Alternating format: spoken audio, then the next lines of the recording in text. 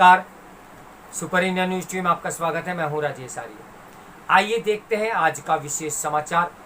अब विशेष समाचार में क्या है? मजबूत होती मजहबी जकड़न, अलग पहचान, अस्मिता, अल्पसंख्यक राजनीति के जुमलों ने समूचे परिवेश को इतना प्रदूषित कर दिया है कि अब उस पर नियंत्रण पाना मुश्किल हो रहा है। वर्षों से हम सामरिक, सांस्कृतिक और गंगा जुमनी तहजीब की बातें पढ़ते सुनते आए हैं, लेकिन पिछले कुछ दिनों से इसका आडंबर खुलकर सामने आ रहा है।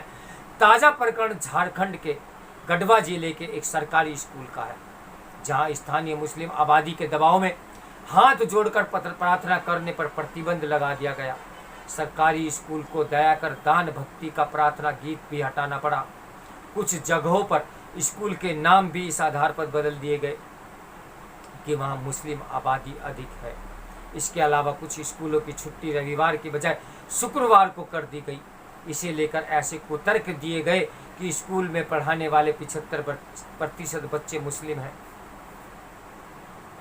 पढ़ने वाले 75% बच्चे मुस्लिम हैं, इसलिए वही होना चाहिए जो मुसलमान चाहते हैं। अफसोस है कि इसके खिलाफ खुलकर न शिक्षकों ने आवाज़ उठाई और न ही प्रधानाध्यापकों ने। आखिर वे कौन सी ताकतें हैं जो मासूम बच्चों के दिमाग में पंथ मजहब की झुट्टी खोल लेती हैं और स्कूल में जो अपनी मनमानी चलाती हैं। निश्चित रूप से देश की विघटनकारी आवाज़ें समाज में ऐसा विष फैलाकर लगातार फैला रही हैं और जहां मौका मिलता है वह हावी हो जाती हैं। कट्टरपंथियों में ये प्रवृत्ति कोई नई बात नहीं। आज़ादी से पहले जब महात्मा गांधी ने वर्धा में सामाजिक कार्यों की शुरुआत की और शिक्षा केंद्रों को विद्या का मंदिर कहा, तब भी मुस्लिम कट्टरपंथियों को मंदिर कहने पर आपत्ति थी। जबकि कौन नहीं जानता कि धर्म, ईश्वर या खुदा के को लेकर महात्मा गांधी की क्या व्याख्या थी। कट्टरपंथी और अलगाववादी प्रवृत्तियों के खिलाफ मुसलमानों के अंदर ही प्रगतिशील बुद्धिजीवी और तस्लीमा नसरीन की तरह आगे आकर दखल देना होगा। इसे केवल सत्ता और राजनीतिक बिरादरी के सहारे नहीं छोड़ा जा सकता। यह दुर्भाग्य की बात है कि मुस्लिम बुद्धिजीवी अपने समाज की बुराइयों के विरुद्ध आवाज़ उठाने से डरते हैं। वही तथाकथित उदारवादी बुद्धिजीवी भी मुस्लिमों से जुड़े मामलों में सुविधाजनक चुप्पी साध लेते हैं। वह कौन सी सामाजिक संस्कृति है जो जरा सी आबादी बढ़ने पर अपनी संस्कृति लादने की वकालत करने लगती है? जहां मौका मिला वहां कभी शरीयत, कभी रिवाज के नाम पर मनमर्जी लाद देती है। कुछ वर्षों पहले तक अलीगढ़ मुस्लिम विश्वविद्यालय के पुस्तकालयों में लड़कियों का प्रवेश तक वर्जित था।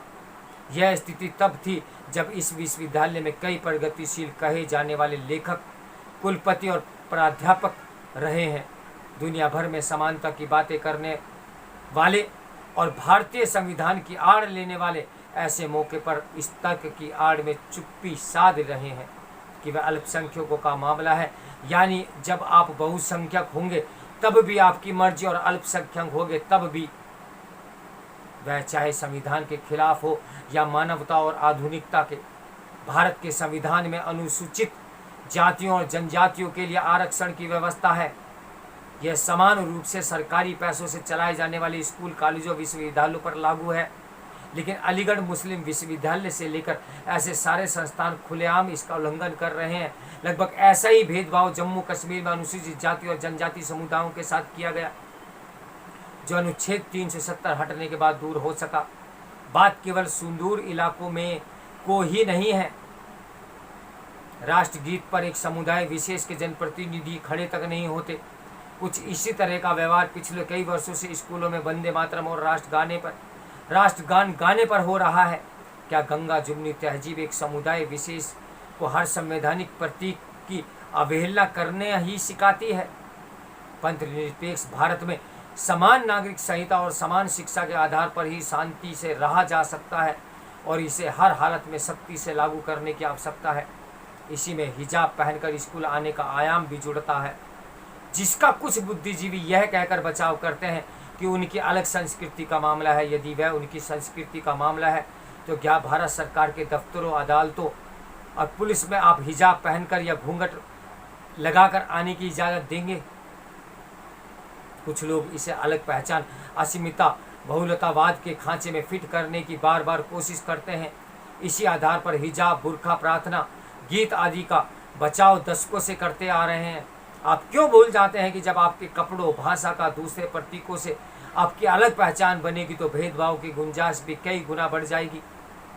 कोई चाहे अल्पसंख्यक हो या बहुसंख्यक, स्कूल, कॉलेज जैसी संस्थाओं का उद्देश्य अगली पीढ़ी के ऐसे नागरिक बनाना है जो भारतीय संविधान की आत्मा के अनुसार समानता और समान कानून की बात करें। यदि बच्चों के पाठशाला में पंथिक मजहबी शिक्षा दी जाएगी तो क्या भविष्य में वे सच्चे मायनों में सेकुलर समाज और देश की कल्पना कर सकते हैं? हाल में शिक्षा व्यवस्था पर किए गए शोध बताते हैं कि जैसे जैसे साक्षरता बढ़ी है, अलग पहचान और संस्कृति के बहाने धार्मिक कट्टरता भी बढ़ी है। देश दुनिया में कई उच्च शिक्षा प्राप्त आतंकी पकड़े गए। अफसोस की बात है कि वह जानते समझते हुए भी मदरसों और मजहबी संस्थाओं पर कोई रोक नहीं लगाई जा रही है। कुछ राज्य तो वोट बैंक की राजनीति के तहत ये जानते हुए भी ऐसी शिक्षा को और बढ़ावा दे रहे हैं जो मजहबी कट्टरता को बढ़ाती है। तमाम राजनीतिक दल भी समुदाय विशेष की कट्टरता पर बोलने या तो बचने या फिर किंतु परंतु के साथ उनका बचाव करते हुए नजर आते हैं। स्वतंत्रता के बाद अलग पहचान, अस्मिता, अल्पसंख्यक राजनीति के जुमलों ने समूचे परिवेश को इतना प्रदूषित किया है कि अब उन पर नियंत्रण करना मुश्किल हो रहा है। झारखंड के स्कूलों का मामला हो या कर्नाटक का हिजाब विवाद अथवा JNU में दुर्गा माता का निरादर, ऐसे प्रकरण देखकर यही लगता है कि कुछ लोगों ने समाज को बांटने का बीड़ा उठा लिया है। भारतीय संविधान निश्चित रूप से पंथ पर आधारित नहीं है। उसमें सभी मत मजहब को समान सम्मान और स्थान दिया गया है। अच्छा हो कि पंथ मजहब की बातें, वेशभूषा और अन्य पहलुओं को आप अपने घर की 4 दीवारी तक ही सीमित रखें। स्कूल कॉलेजों में तो इसकी अनुमति बिल्कुल नहीं दी जानी चाहिए। तो मेरे साथ बने रहिए सुपर इंडिया न्यूज़ टीवी की ब्रेकिंग न्यूज़ के लिए। नमस्कार, मैं हूं राजेश आर्य। इस समाचार के लेखक हैं प्रेमपाल शर्मा।